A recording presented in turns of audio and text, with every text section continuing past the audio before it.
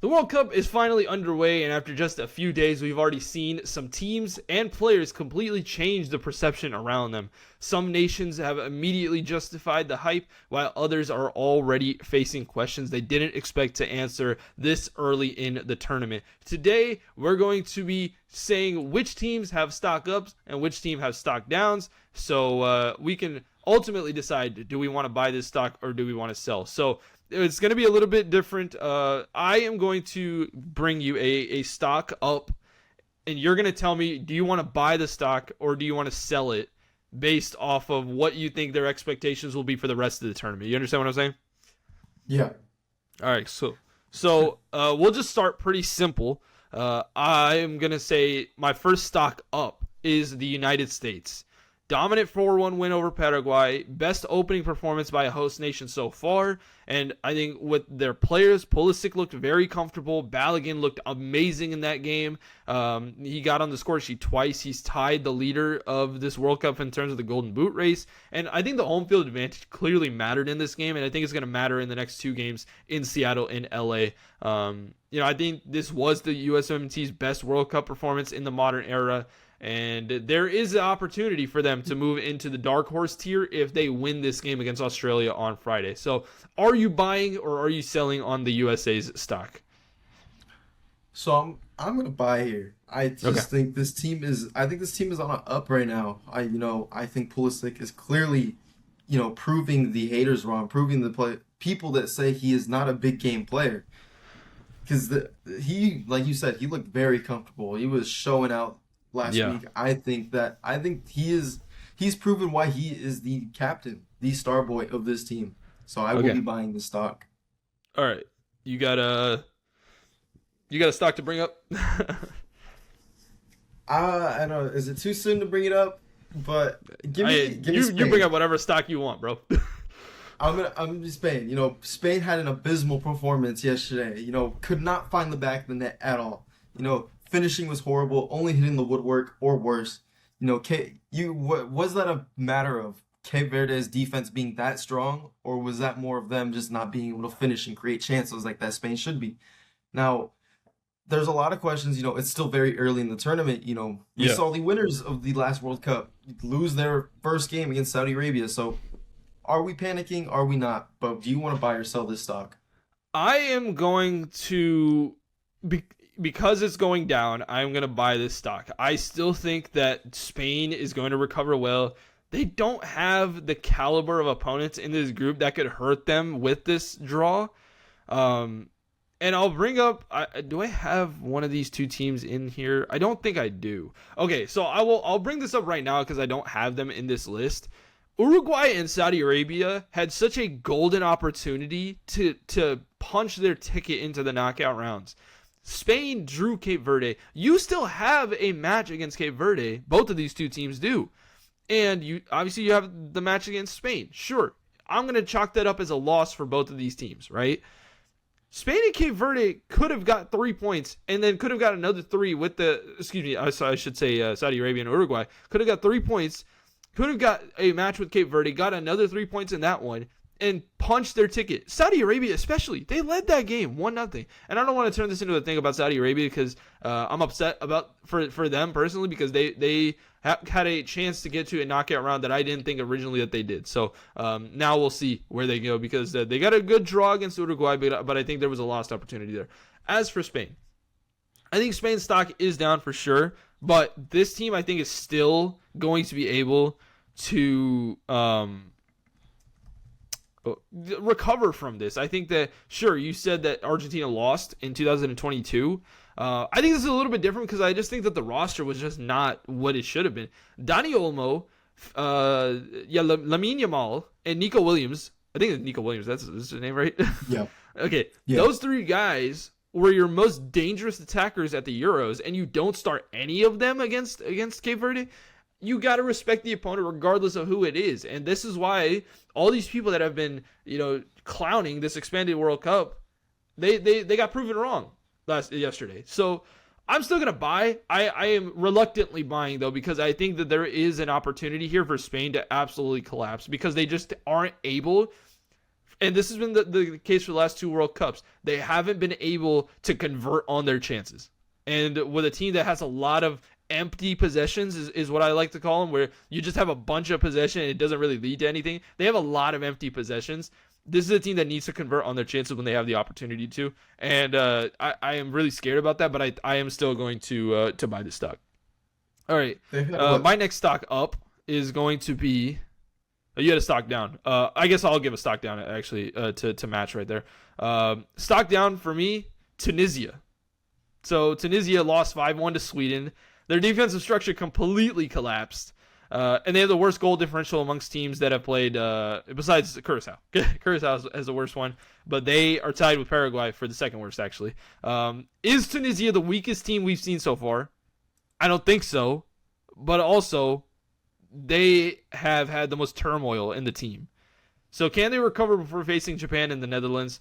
Are you selling or are you buying this already insanely low stock?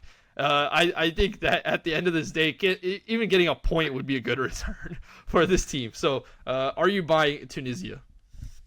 Yeah, it's unfortunate what's going on with this team right now. Unfortunately, I'd be selling. I don't know why I'd have stock in this team anyways, but just I would be selling that as quickly as possible. I would have sold in the middle of the Sweden game. But, you know, chemistry's at an all-time low right now. You know, your coach just got fired mid-World Cup, which is, I think, is a terrible decision. No matter how bad your coach is, you gotta let him stick it out through a tournament. You can't do that, especially with some of these players. Now they're bringing Hervé Renard in, which I don't know. Dude, Hervé Renard finds a way into a World Cup team regardless of situation. It's just so crazy to me. Very. But yeah, like some of these players probably had a relationship with him, and so to just take him out mid-tournament, it's not a good look on your federation. So, and with you got two strong opponents coming up at that with Japan and Netherlands. Yeah, you know, a little shaky, I guess, you know, with their first games. But at the end of the day, this is very much they're still very strong opponents that I don't really expect them to get points out of, so I'd be selling. Yeah, weirdly, I think that Japan is the team that could take them lightly and just lose this game randomly. I was there at the 2022 World Cup when they played Costa Rica. This is a team that just came off a win against Germany, 2-1, a comeback win. And then they were so flat against Costa Rica, and they came out and lost that game 1-0. And so that is a scenario where I think Tunisia could get back. Their goalkeeper has to get replaced as well. What a terrible performance by that goalkeeper in that game. Alexander Isak was sitting, shooting ducks at him, and he still wasn't able to save it. So that is a terrible performance by them. All right, you're up first. Give me a stock up for you. A stock up? Yeah. Let's see. I think a stock up. I think somebody like Ivory Coast. Well, yeah, I'm already bought in for that, so I'll buy in even more. Yeah. Oh, but yeah, Ivory Coast was just phenomenal game against Ecuador. Some people might blame Ecuador's lack of attack and them not having the players, I guess, the quality players to finish the chances that they were creating. But at the end of the day, Ivory Coast looked very comfortable this game. They were very, I guess, I don't know want to say dominant, but they were because it was a very 50-50 game, but they just looked really good. They looked especially good in the second half. Yeah, that second half was great against them. So I just think that this is a team that can go up. So I want to know, will you be buying up? Yeah, I'm buying more because I think this team can go out and beat Germany. I just don't think Germany is. We look at the 7-1 scoreline and we're like, oh, this team is going to be a favorite. I still don't trust Germany as much as some other people do. But coming into this tournament, I said there is an opportunity for Ivory Coast. If they can get 3 points against Ecuador, they can win this group because I think they can draw Germany and then they could beat Curacao, get 7 points and go to the top. While I think Ecuador, now that they've lost to Ivory Coast, is going to play super hard against Germany and try and get the win. They could possibly lose that game against Germany, but I think that the pressure is going to be on Ecuador now to try and get results. And I think Ivory Coast is going to get some good results as well. I think they can beat Germany. I think they can be a little bit of a dark horse going into the latter stages of this tournament. And they can get to the round of 16, I think, because I think if they win the group, the round of 16 matchup will probably be France. And that would be crazy if we get Ivory Coast versus France again. A team that Ivory Coast will be looking at that matchup and be like, we can beat these guys because they did beat them in the friendly. But I think that would be super difficult for them. But I'm still buying for this team. I have been bought in. Yan Diomande and Amad Diallo, who didn't even start this game, which is crazy to me. Amad Diallo got the winning goal though, and I think he will start the next game. But those two guys are lightning bolts off the wing. Like there's no other thing about it. I did not see Piero Hincapié be put in a straitjacket, or I guess straitjacket's the wrong word because that would be insinuating that he was defending him. But he was saucing Piero Hincapié, Yan Diomande. And like this is a player that I thought was really good, but just looking at the first performance, I think he's gonna give those German fullbacks a lot of trouble. So yeah, I'm buying Ivory Coast. Okay, last one. I want to give you a stock up, which is the World Cup atmospheres. I think Mexico's opener really felt like a historic event at the Azteca. SoFi Stadium, I think, looked amazing for the USA game. And Toronto showed in force for Canada's opener. You know, fans have really traveled from around the world.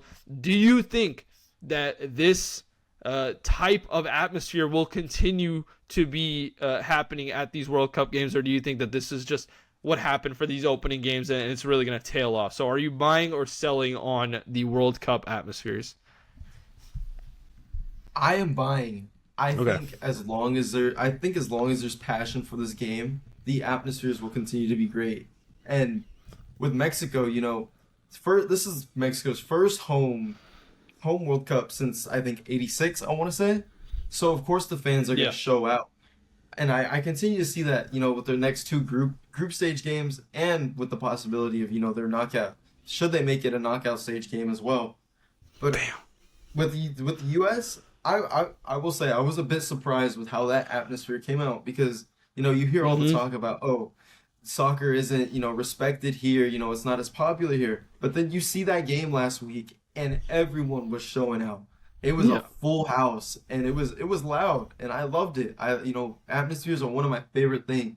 And even with Canada was great. You know, Canada's a bit of a soccer country. I won't say they as much as, you know, Mexico and Europe and like places in Europe, but you know, they're still a decent sized soccer country too.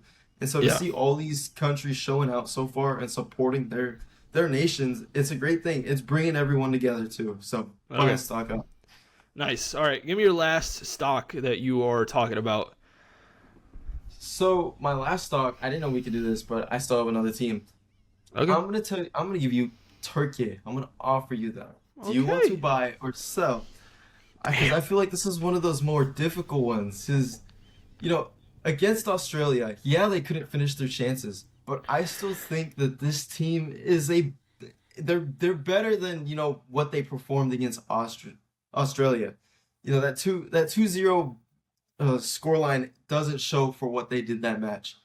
I think this team can still do good things. You know, they got Paraguay and they got USA. Yeah, USA will be their toughest opponent, I think. I think Australia was more of like I don't want to say a Mickey win, but it was it was a tougher matchup in terms of the style of play for Australia. I agree. Yeah.